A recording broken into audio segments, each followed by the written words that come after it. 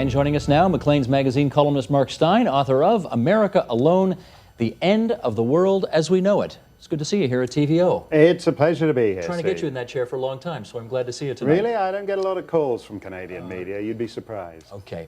Mark, we're going to get to the whole Maclean's thing a little later in the program. I want to start, for those who haven't seen the book, haven't had a chance to read it. I know it's been out for a long time. I do want to start there.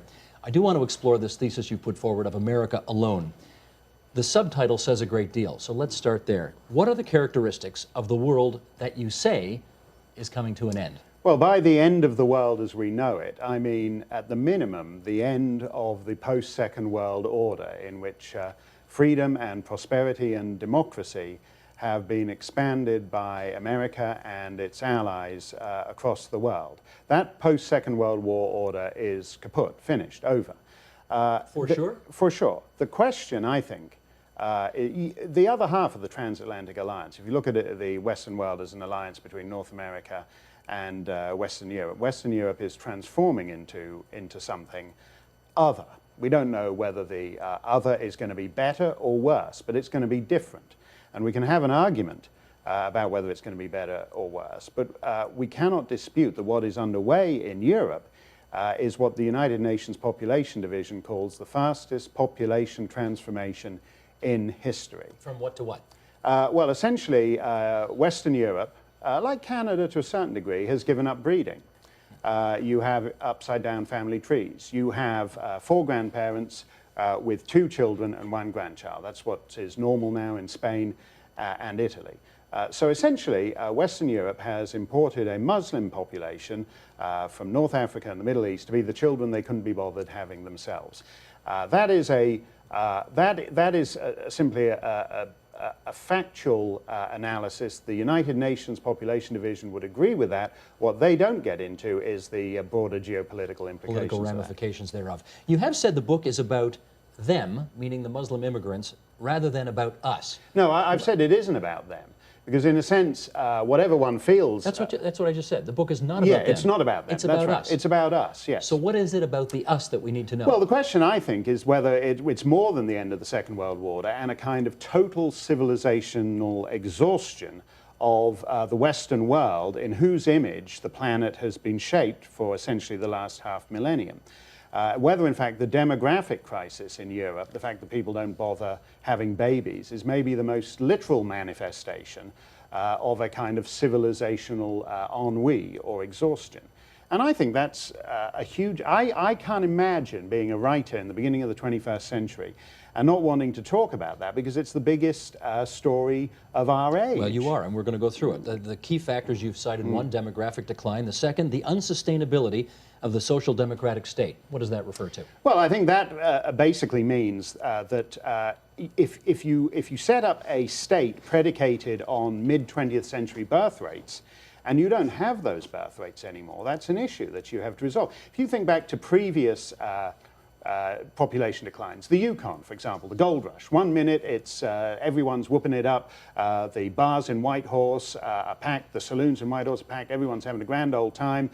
Then everybody goes away, and it's not a problem because all the hoochie-coochie dancers in the Whitehorse saloon are not dependent on big welfare programs that you need a growing population to sustain. Everyone just gets on the last dog sled and leaves. The difference in Europe is that a very elderly European ethnic population has set up a hugely expensive welfare state that requires ever-growing numbers of people to sustain it. Is that what you refer to in the third factor, civilizational exhaustion? Yes, I think that's part of it. I think it's an interesting question why you have the wealthiest society in human history, but just for 1 generation. If the European Union is so great, why don't people want to have children in it? Canada is nothing if not a smug society. Everyone thinks Trudopia is the greatest thing since sliced bread, a lot better than sliced bread, in fact. That the Trudopian state is the perfect summation of advanced Western democracy. Well, what's the point of it if it's only for 1 generation? There's something abysmal about a young country, a so-called young country like Canada, as the liberal ministers always used to say every Canada Day. It's rubbish, by the way. Canada's got half a millennium of sustained constitutional evolution behind it. But accepting this mumbo-jumbo that it's such a young country, it's actually false. The difference between Canada and the United States is not that, you know, we nice, fluffy, caring, compassionate Canadians have got socialized healthcare and those psycho Yanks have got guns. The difference is that this society is aging a lot faster. Well, let me take you back overseas, because we've got some numbers here. These are from BBC News, Muslim population in Europe. And Michael, let's put this up and we'll just go down the list here. In the UK, it's at 1.6 million, France 5 to 6 million, Belgium 400,000, Holland 945,000, Germany 3 million, Sweden 300,000, Denmark 270,000, Italy 825,000, Spain at 1 million, and Albania 2.2 million. What does all of that suggest about Europe's future? Well, the point is not the hard numbers. If you look at London, for example, London is about 1/8 Muslim, but the overwhelming majority of that Muslim population are under the age of 25. They're young. What is the energy in a society? Who are the people who are in movies? Young people. Who are your pop stars? Young people. Who are your soccer players or your hockey players? Young people. And consumers and everything, for sure. Well, and also they're your police, they're your army, they're everything. If you don't have young people, you're a society in decline. And the young people in Western Europe are increasingly Muslim. Now, you talk about France, say, it says Muslim population is officially about 10%. But let's just say, for the sake of an argument, call it 10%. If you've got a population of 90% of people who have children at the rate of about 1.3 children per couple, which is believed to be the European average, and you then have a population of 90%, a population of 10% rather, that has about 3.8 children per couple, which are what some of the estimates of Muslim children in Europe are. That 10% and that 90% will have more or less equal numbers of grandchildren. It catches up quite quickly. When? Well, whenever they have grandchildren. What I mean is that what you think of as a tiny minority actually evens up pretty quickly. Here's the key question, though. The vast majority of people, I think it's fair to say, who move to the West, they Westernize. Do you not think these Muslims will do the same? Well, I think that's where we're getting into the discussion of whether I'm racist and Islamophobic for talking about this. And, you know, that's why, at this point, I'd much rather you bring in your other guest, Steve.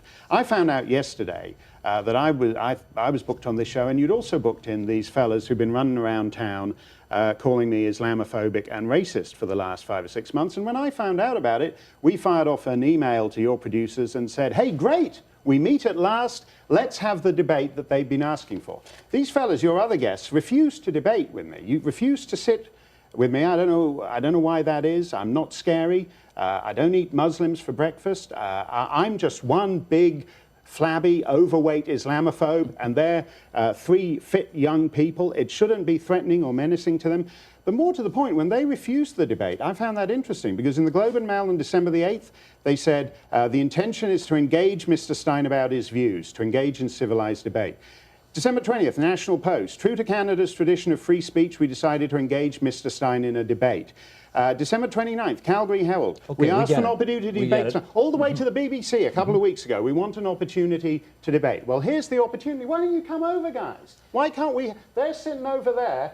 I mean, with all due respect to you, Steve, I've been on TV shows in talking about my book in Australia, Britain, Canada, the United States, New Zealand, Europe. I've never had a situation where 3 people who've been protesting for 4 months and they want to start a debate are sitting over there and won't debate. I understand. Apparently there were negotiations held between their people and your people before the program started. I'm happy. They can come over now. I mean, turn up the lights. I'm happy to debate. I got no problem with debate. I was on Al Jazeera a couple of weeks ago. I'll go anywhere. I'll talk to anyone. Let's try this. Let's complete the time we have allotted for the first part of our discussion.